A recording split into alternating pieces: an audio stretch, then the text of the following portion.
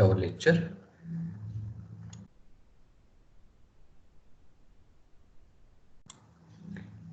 So today we are going to see GIT. In GIT, we are going to include intestine along with uh, pancreas, accessory gland, that is the pancreas, gallbladder, and the liver.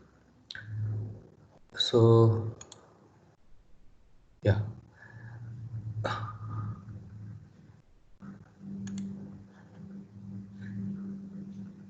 So to know about the GI tract, what are the things we are going to see? It is listed here. That is esophagus, stomach, two part, that is fundic part and the pyloric part. In small intestine, we are going to deal only with the ileum. And large intestine, yes, one, appendix, liver, gallbladder, and pancreas. So these are the slides which we are going to see now.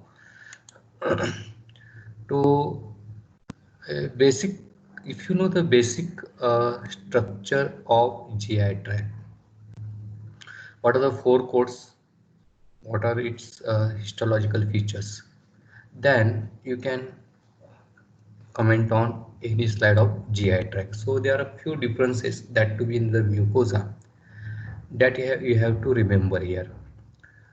So the structure is given on the schematic diagrams are there.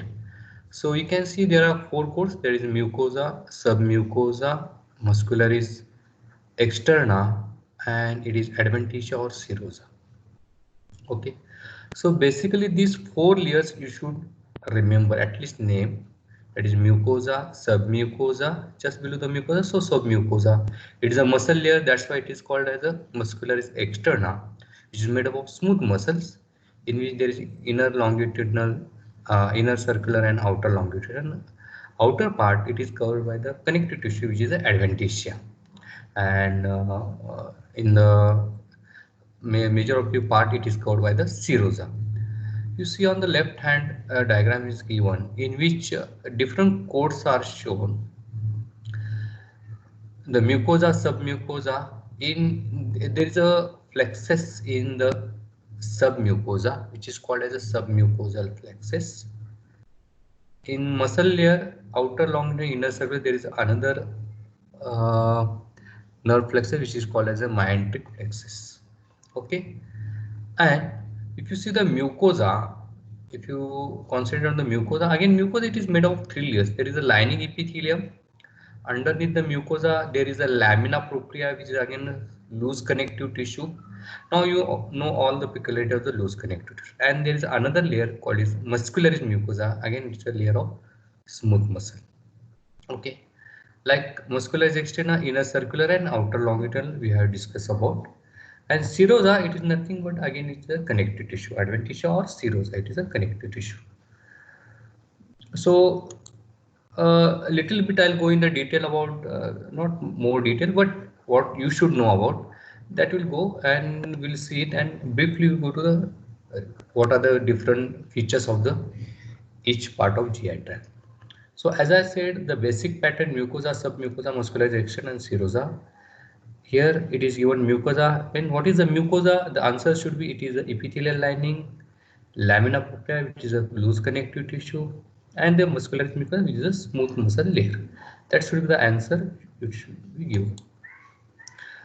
This is again the diagram, just showing all the layers along with the adventitia to the mucosa and the nerve plexus and the blood vessels in the wall.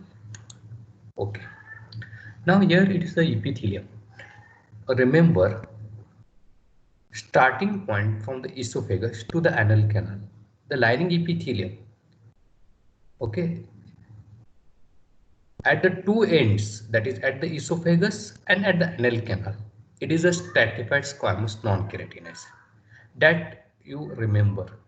Remaining part of GI tract from stomach to the large intestine, it is a columnar epithelium, simple columnar epithelium. Okay, that you remember it. Now this simple columnar epithelium, it goes on have some modification. In the stomach, it is a simple columnar epithelium, while it is from the intestine, maybe the large intestine, maybe the small intestine. It is having a microvilli. What are these microvilli? These are finger-like projection from the surface cell. That is a simple columnar epithelium to increase the area of absorption. Remember, so stomach only simple columnar epithelium, classical example, or simple columnar with microvilli. I'm not talking about the villi, I'm talking about the microvilli is the feature of large intestine as well as the small intestine. Okay, that you remember it. Simple to remember the lining epithelium if it is asked. Okay, so if I ask what is the lining epithelium of the duodenum, yes, it is a simple columnar with microvilli. That should be the answer, correct answer. What is the lining epithelium of stomach? It is a simple columnar epithelium. Okay, so that's the answer. One more thing is there, as I said, two ends, that is the esophagus and the anal canal. It is lined by the stratified squamous epithelium. Okay, stratified squamous non-keratin, as you can see, it is a moist epithelium also called. Okay, so these are the few things you should remember it. Okay, how to remember. So here written epithelium, I have written it, and there are folds. Now, which are these folds? These folds in the stomach, they are rugae. While if you go to the small intestine, there are villi. Okay, and there is deepening of this uh, lining epithelium into the lamina propria, which is called as a crypts, and these crypts are seen in the small intestine. These are nothing but the simple tubular glands.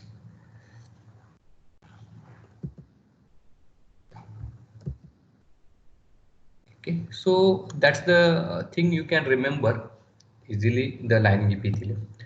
What about the villi? I said it is a finger-like projection. What are these? These are in simple. These are the mucosal fold or mucosal projection. What is a mucosa? It is a lining epithelium, lamina propria, and muscularis mucosa. All these three together, okay, it will form a villi. What is a microvilli? It is the surface projection, finger-like projection from the epithelium. Okay, so now there are glands. As I said, there are glands. There is a simple tubular gland which are crypts of lubricant. There is a one more gland is there, which is a mucus secreting gland, which is unicellular glands, and they are scattered. Along with there are other these cells which will secrete the different secretory. One of these is a goblet cell is also there. It will secrete the mucus. This I am giving a brief idea how to everything it is given in the book, but how to remember the things, okay, that I am going to speak out. Okay, so please pay attention when I am telling all these things. Just remember it. Okay, lamina propria. What is a lamina propria? It is a part of mucosa. What is it? It is a loose connective tissue, and we know the what is a loose connective. It is a collagen fibers, elastic fibers along the vessels, nerves. All things are there, but they are loosely arranged. Along with lymphatic tissue is also seen some part. Okay, so it is a simple word. At least remember it is a lamina propria, it is a loose connective tissue, and you should know the features of the loose connective tissue that you have to tell here. Okay, so collagen fiber, reticular fibers, and along with there has to be blood vessels. Okay, lymphatics, nerves, because epithelium it is avascular and it has to be nourished, and it is be nourished by diffusion, which are the highly vascular lamina submucosa as well as the lamina propria. Okay, so there are lymphatic tissue, if you recollect, which is in the diffuse form, which is called as a malt. Okay, that is a mucosa associated lymphatic tissue that you, if you want to score the marks, you can remember all these things. Remember here again, I am going to tell whole GI tract. Okay, whole GI tract. It is having a muscularis mucosa, which is having a inner circular and outer longitude as good as that of the muscularis externa, but they are a thin layer. It is a part of mucosa, but in the esophagus it is only of the single layer. That you remember. All remaining part of GI tract, it is having a muscularis mucosa. It is inner circular or outer longitudinal. Okay. And what is the function of this muscularis mucosa? It is important for local mixing of intestinal content. Okay, so you should remember this part also. What is the function? Muscularis mucosa, it is also made up of smooth muscle cell, which is part of mucosa. Okay, so it will change the shape of the mucosa and helps in the absorption and secretion, and that is another function which will be there. Okay, so we have talked about the mucosa, lining epithelium, submucosa and muscularis mucosa. How to remember? Okay, in easy manner. Okay, submucosa, again it is a loose connective tissue.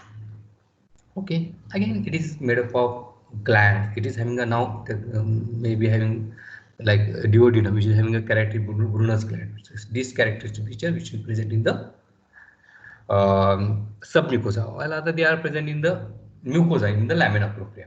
So again it is made of the elastic fiber, collagen fiber, reticular fibers. There are again the nerves, lymphatics, blood vessels, all those are there, and it will provide or will permit the mobility of the mucosa over the muscularis externa. That is the function of the submucosa, and it is having a nerve plexus, I said, and which is called as submucosal plexus. A simple word you can remember, or Meissner's plexus. Okay, another name, it is a Meissner's plexus.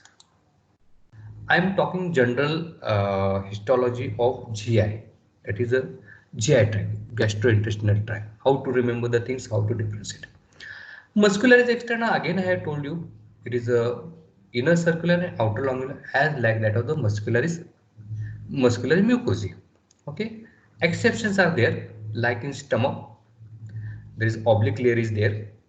Okay, that you have to remember, and in the okay, that you remember. Okay, one more layer is there, that is oblique layer in the stomach. While other part, we say it is having a inner circular and outer longitudinal. Now, this in between the two layers, there is again nerve plexus, which is called orbis plexus, or simple word in between the muscles. So it is a myotic plexus. Okay. Now, this inner circular, it acts as a sphincter, like pyloric sphincter.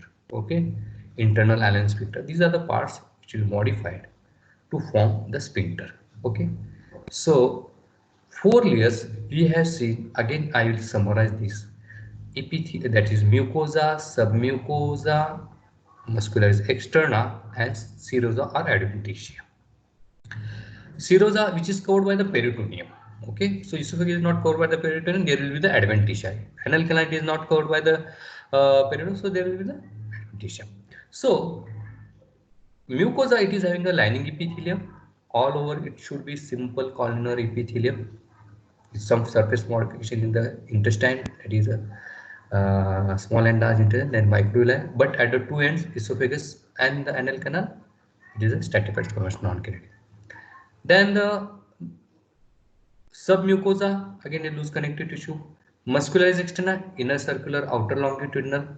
In the stomach, one more layer will be there, oblique layer will be there. So there will be outer longitudinal, inner, then circular, and innermost it will be the oblique layer, which is shown here in the diagram also. And there is a muscularis, yes, external, and we have seen the adventitia or the serosa. Okay, serosa, I make oblique adventitia. Adventitia which consisted of fibro. Here mainly the fibrous tissue, mainly the collagen fibers will be abundant with the areolar connective tissue. Okay, and what is serosa? It is a again loose connective tissue, and which is nothing but the visceral peritoneum. Okay, so which is lined by the mesothelium, which is nothing but a simple squamous epithelium. Okay, after knowing this, it becomes easy part now, but there are some features that you have to remember. Now here the classical feature is the lining epithelium, esophagus. It is a stratified squamous non-keratin. All the four coats will be there. Now here one more thing is there, as I said, muscularis mucosa. In the esophagus, it is a single layer, it is a longitudinal, while if you consider rest of the GI tract, it is having inner circular and the outer. Okay, that's the point. If you remember, it becomes easy. Okay, Okay. Now we are talking about the esophagus. Okay, we know it is made up of collagen fiber, elastic fiber, reticular fibers. Okay, and it contains the blood vessels and few of the glands. We are now here. There are esophageal glands, which are nothing but the mucous glands. Okay, it is wide layer of irregular, moderately. Some part is a dense connective tissue. Okay, made up of the collagen fiber and the elastic fiber. Okay. So in the esophagus, it is densely arranged here. If you see the submucosa, that's why it is a dense connective tissue. And there are few glands which are called the esophageal glands. Okay, the structure remains the same: inner circular, outer long, muscular is external. But one more thing here you have to remember: like in muscular is mucous areas, there are single layer of the smooth muscle layer, that is longitudinal layer. There is no inner circular. Here also there are two layers, inner circular, outer longitudinal, but the type of muscle is different. At the upper one third it is a skeletal muscle, and lower one third it is a smooth muscle, and in between there is a mix, both skeletal and mixed. That you have to remember it, right? So that the thing, when the you have to describe, if examiner asks describe muscularis externa, then you have to say esophagus is covered by inner circular, outer longitudinal. Any any special feature? Yes, sir. It is a upper one third it is a skeletal muscle, lower one third it is a smooth muscle, and in between middle one third it is made up of both skeletal as well as the smooth muscle. Okay, that's a simple thing you should remember. So there are few points, if you note down it, what to remember, what examiner likes to ask you. Okay, again it is covered by the adipose tissue. That's there because it is not covered by the peritoneum. Okay. Now coming to the stomach. In the stomach, as I said, okay, the mucosa and submucosa of undistended stomach. Here, both mucosa and submucosa, they are showing the folds, longitudinal folds, and these are called rugae. So, what are the rugae? If anybody asks, you should answer it. It is nothing but these are the longitudinal folds of mucosa and submucosa in undistended stomach. Okay, that's a simple answer. Okay. Now, when we are going to study two parts only. That is the fundic part and the pyloric part. We are not going to study the cardiac part. Okay, that you remember. There is no slide of the cardiac. So fundic part and the cardiac. Fundus and the body, which are having the same features. So there is no different slide of the body. So if you see divide the stomach, it has a four part: cardiac, fundus, body, and the pylorus. Here we are going to study the pylorus and the fundus and the body together. Okay. As I said, what will be the lining epithelium? It is a simple columnar epithelium, and we know the features of the simple columnar epithelium.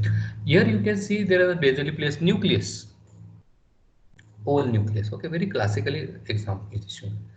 Now the thing is that there are rugae, and these rugae you may consider, you may take false perception as a they are villi. So whenever there is the rugae it will having the core of muscular, means all together you can see their muscular external is also folded.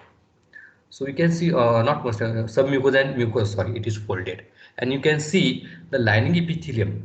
Now here the lining epithelium, if you see to consider the mucosa, you can see it is quite larger. They are, because they are gastric glands, and these gastric glands they are colorful, where in the fundic part and the body. Why? Because there are parietal cells, okay, and there are chip cells, which chip cells are lightly stayed, and parietal cells they are darkly stayed, okay, which will secrete the hydrochloric acids, okay, and chip cell they are secreting the digestive enzymes. If you see it properly, and then you can able to identify the slides, okay. So it is lined. So one more thing you have to underline here: the stomach, it is lined by the simple columnar epithelium without goblet cells. So at the MCQs may they ask the goblet cells are absent in stomach. Okay, got it?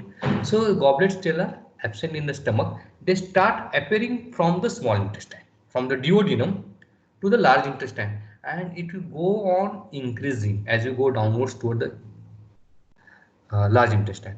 And if you see the slide of the large intestine, if you see the slide of the large intestine, the identification point is that you can see there are abundant of the goblet cells. Okay, so that's the difference you should remember when you're reading about the each slide. Okay, so these are the things you can easily remember. I think till now there is no difficulty. Just I am going slowly, so other every details it is given in the book. Just I am giving the concept how to remember, how to identify the slides. Okay, that is there. What are likely questions which will be asked? We should know the parts of the gastric glands. Now we remember. Now we call glands. When it is in the stomach, we call it as a gastric gland. When it is in the esophagus, we call it esophageal glands.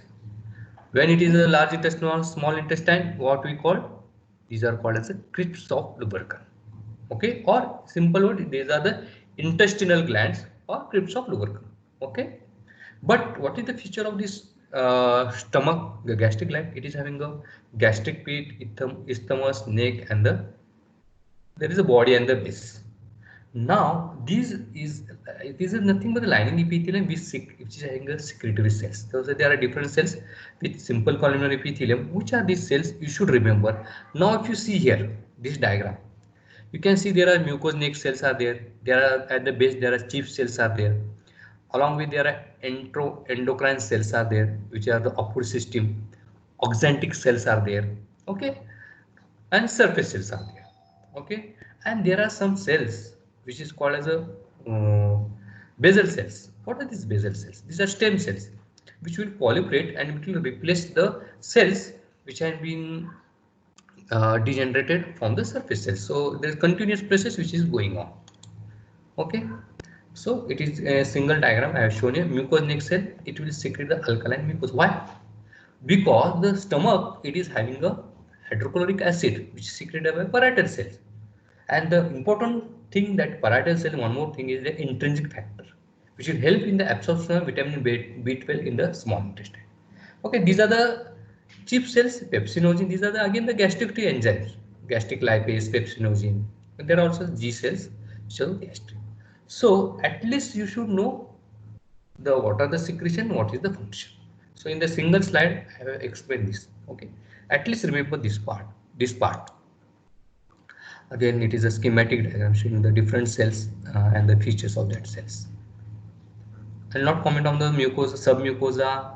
Now here I just muscular is external, inner oblique, middle circular. So you have to add one more layer inside the inner circular layer. It will be the inner and middle. The inner which was there, it will be the middle circular and outer longitudinal. So there is longitudinal, circular, and oblique that you have to remember. Serosa, again it is nothing but the yes. Mucosa now, pylorus, yes. Now the gastric pits, they are larger, more deeper I can say, and more tortuous as you go down, and which will form the gastric glands, which will become tortuous and it will form the pyloric. Now it is in the pylorus, so it will be called the pyloric glands will be there. Okay, main function, it will produce the mucus and the gastric. Okay, so this is the feature of the rest. All things will remain same as that of the other part of the stomach. So I'll not go into this, but one more thing I can like to add here, that is the inner circular, it will form the thick band which will form the pyloric sphincter, that you have to remember. Okay, small intestine, what is the main function? It is the main function is absorption. And how it is done? It is how the surface area is increased by the, you see the length of the small intestine 6 meter, wall of Krebs or plica circle, these are again the folds, mucosa and submucosal fold, villi, these are the mucosal folds, microvilli, these are again the surface finger-like surface projection from the surface epithelium, and there are crypts of lubricant, these are the intestinal glands. So these are the factors which will increase the surface area and in turn which will increase the absorptive area. Here in the schematic diagram, I tried to show the folds, that is plica, circularis or semicircularis walls of Purkinje we call. These are the villi, okay, and these are the mucosal fold. Remember, okay. You can see this is muscularis externa. This is a serosa. So you can see the submucosa along with the mucosa. It will form the it will form the walls of Purkinje. Remember, walls of Purkinje. Okay, these are permanent fold. In the stomach, they are not permanent. While villi, if you see on this side, villi, these are the mucosal folds. In the center, which is lined by the, which is having the core of lacteal, blood vessels, along with the connective tissue, and which is covered by the epithelium. Okay, so that is the difference between the mucosal fold, villi, and the microvilli. Okay, here it is given known as walls of Purkinje. These are known as plica circularis because all, and these are permanent submucosal circle. When there is a plica circularis or wall, these are permanent submucosal folds. When there are villi, these are mucosal folds. When there are microvilli, these are the surface projection from the surface. That is simple words you can just tell to the examiner. Okay, so these are more prominent in the duodenum, and they go on decreasing when we go towards the descending part of the small intestine and the part of the large. In the large intestine actually are absent only. Okay, villi are absent. Okay, the segregations, it will increase the surface area as well as it will slow down the passage of the content. Okay, okay, villi.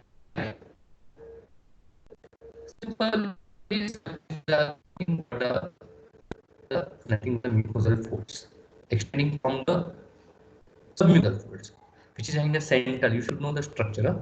There is central lacteal, which is having a bland end that is lymphatic, and it is draining or absorption of the all the nutritions will be through this lymphatic vessel.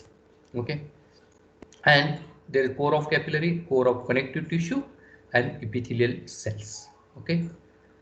Now, epithelial lining, it is again the tall columnar with striated. Now, you should know what is a brush border and striated. Brush border and striated. Striated border, okay, at the brush border. Striated border, there is a regular arrangement of the microvilli that you remember, and that will called as a striated border. Is a classical we see in the duodenum. I am talking the general features of the intestine. Now, mucosa, lining epithelium of mucosa will dip down into the lamina propria, and these will form a glands, and these glands are called intestinal glands, which is called as also called as a crypts of tubercle. That's the simple way you can remember.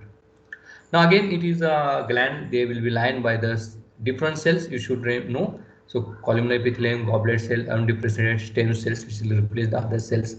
Then Paneth cells are zymogen cells and Archaeopteryx cells. Okay, all is having a different functions that you read from the book.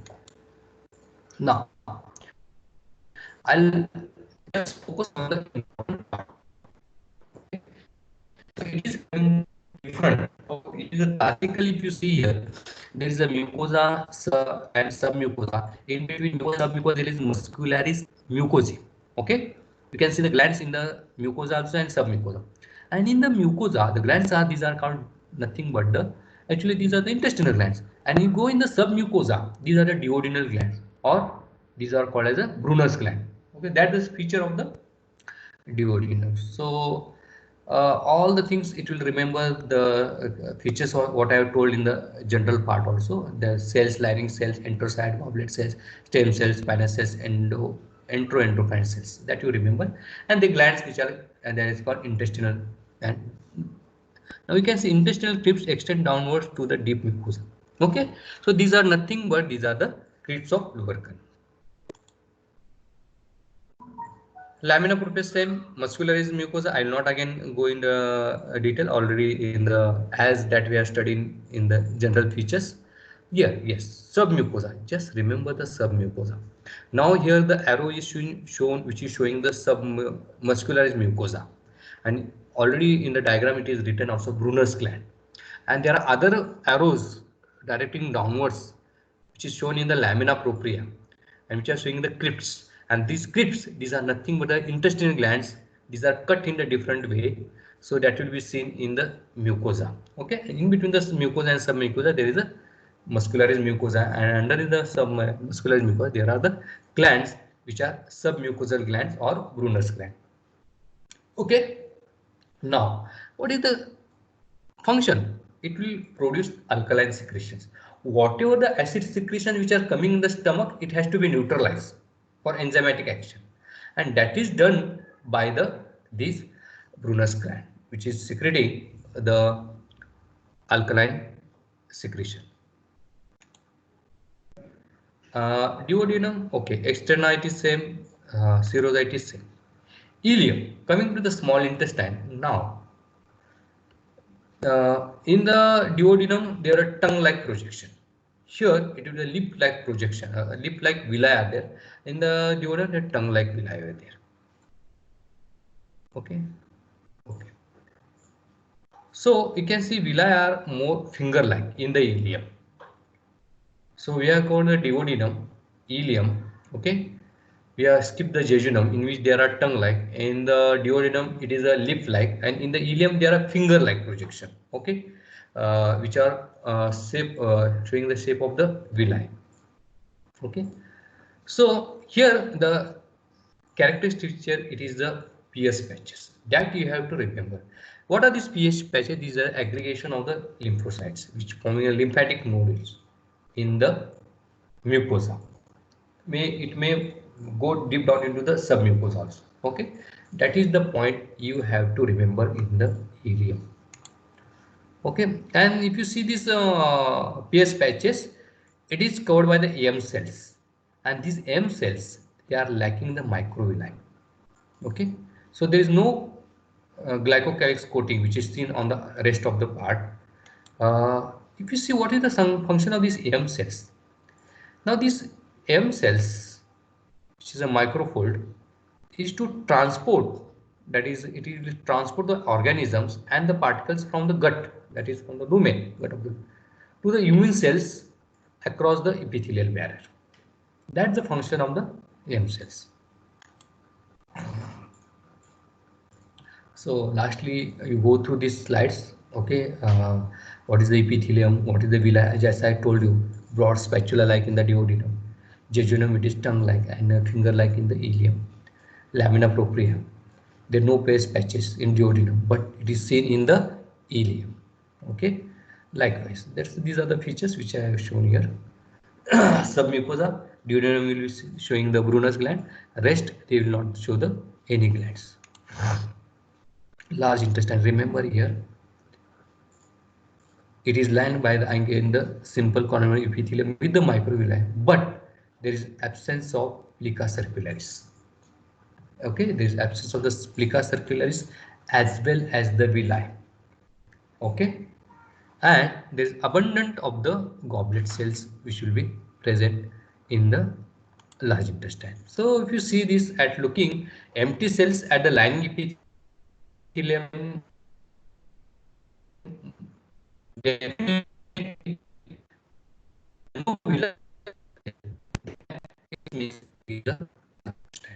okay, muscular intestine adventitia. Okay, so here you should know these are aggregation of longitudinal muscle core in the three bands, which is the feature of the gross feature of the large intestine, which are called as the T. coli. Okay.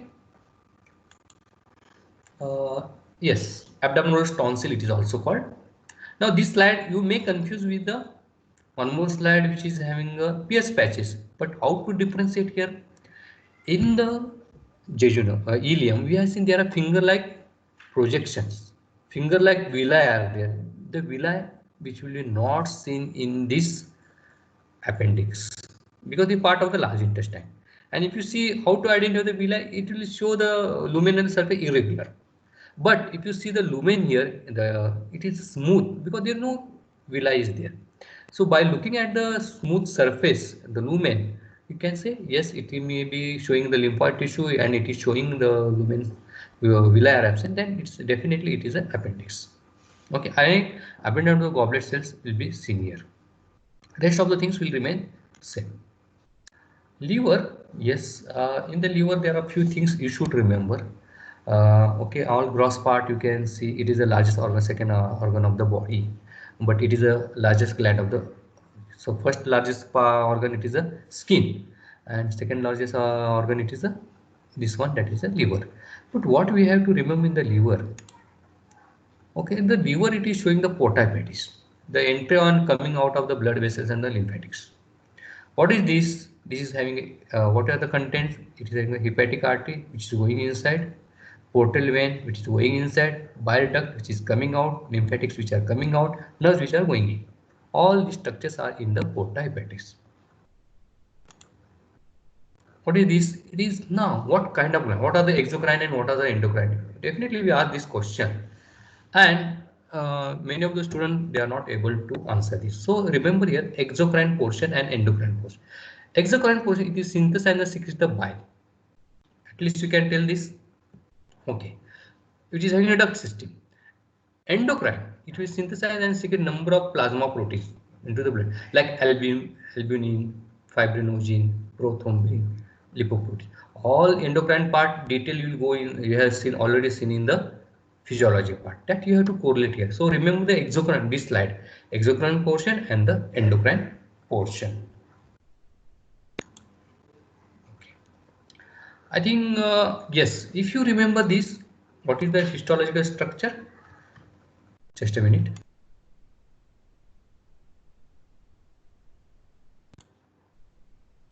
Just remember stroma. Stroma means always remember it is a connective tissue. What is a parenchyma? It is a secreted part. Okay, that part you have to remember, make clear in your mind. Stroma, it is having a connective tissue. Trabecula, it is a part of the which will send the capsule, the trabecula, and reticular network which will form the supporting network inside. And it is made of the cells which are called as the hepatocytes. Along with there is a bile duct is there, blood vessels are there. But what you should know, the liver it is covered by Gilson's capsule, the connective tissue that you have to remember. And if you see, it is having a network of reticular fibers in between the hepatic lamina, okay, which surround the sinusoids, which will support it. Now, what is the parenchyma? It is the hepatocytes, sinusoids, space of Disse, and bile caniculi. Now, hepatocytes, these are the features. It is a polyhedral cells. Okay, it is two side they are coming in contact with the sinusoids. The remaining side they are in contact with the bile duct. That you have to remember it. Now, what is hepatic sinusoids? These are the large vascular spaces in between the cords of hepatocytes.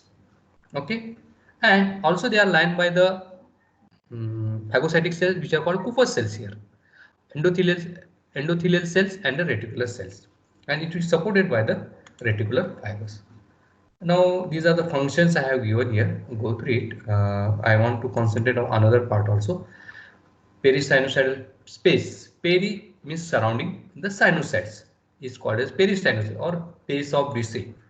So remember it is a space of Disse. It is a subendothelium below the endothelium. In between the hepatocytes and endothelium, it is called as a space of Disse.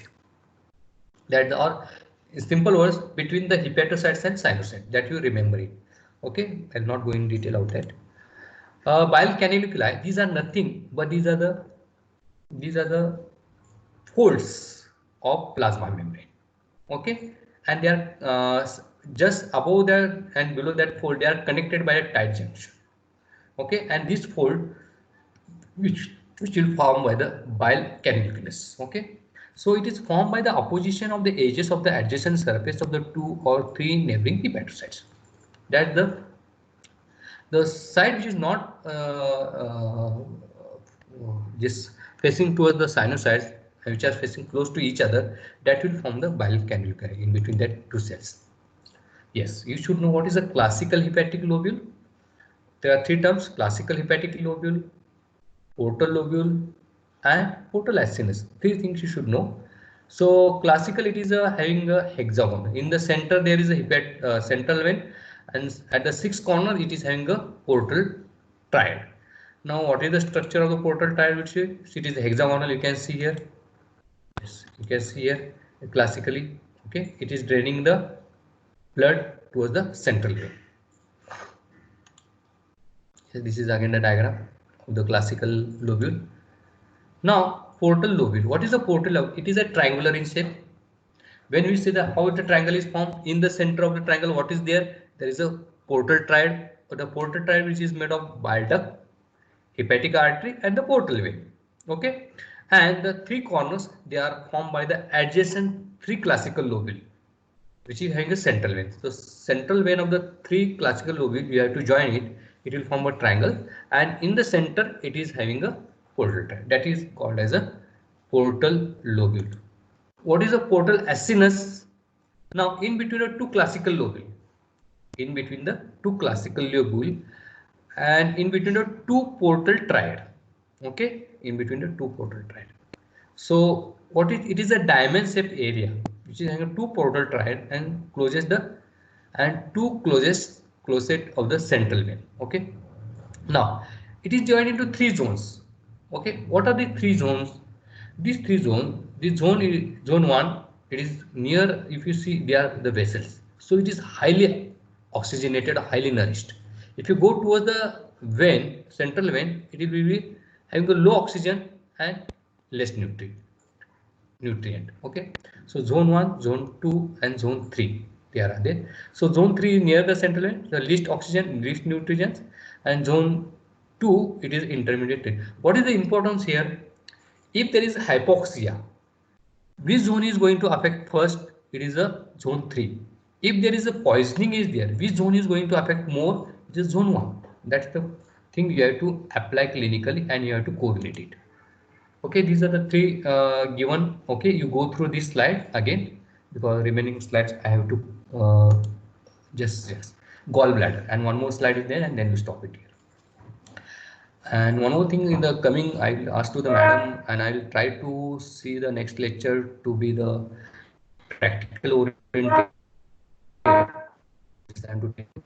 and all the slides should be the practice, the permission of this, and we'll have in next Monday, we'll discuss only of the practical hardly there are 55 or 60 slides that we will discuss for the exam frame point of view. Okay. Now, gallbladder, it is having mucosa. One more thing, submucosa is absent.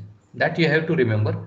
Again, the lining epithelium is same, but it is irregular, and it is called as a brush border. So simple columnar with microvilli, a brush border. Muscular is external and dynamic. What is the function? Concentration or absorption of water and concentration of the bile. Pancreas, it is having two parts, the exocrine part and the endocrine. Endocrine, it is a islets of Langerhans, and exocrine, it is having acini, which will secrete the enzymes, and endocrine, it will secrete the different hormones. Now, pancreas is again covered by the loose connective tissue. This is okay, and it will send the septa, which will divide into the small lobules, and in each lobule there are group of pancreatic cells which are called secretory cells, okay, which will form a acini. Okay, so these several cells which we call as a acini, and in between this, at the tail region, there are abundant of the islets of Langerhans. Okay, they are not in the form of acini, they are scattered in the form of, they are not scattered, they are in the form of cords. The cells are in the form of cords. That's the differentiating point between the islets of Langerhans and acini, and these islets Langerhans, they are covered by a thin capsule. Now, acini cells form the parenchyma of the gland, which secrete the pancreatic juice. Okay, what are the acini cells? These are features. If you see the exocrine gland, and here in the diagram, it is very nicely shown. It is another basal nucleus, supranuclear part, which is hymogen granule, which is darkly stained, and basal part, which is the basophilic. Okay, again it is having a rough endoplasmic reticulum and all those things, and mitochondria, which is the basophilic, and centroacini cells, the cells of the you can see the channels which are in the acini, which are called centroacinar cells, which will secrete the bicarbonates, which will add to the acini secretions. Okay, when there is a duct system, you should know the duct system. It is intercalated duct, intralobular, that is in the lobule, so it is intralobular. in between the two lobules, so it is interlobular, and there is a main duct. So simple way you can remember intercalated duct, interlobular duct, intralobular duct, and the main duct. Okay. So exocrine part, and what are the secretions of the endocrine part? We'll see is islets of Langerhans, which are arranged in the form of cords, and there are mainly the many other types, but at least basically we should remember three types: alpha cells, which will secrete the glucagon; beta cells secrete the insulin; delta cells, which secrete the somatostatin. The F1, G1 cells and all the other cells are there.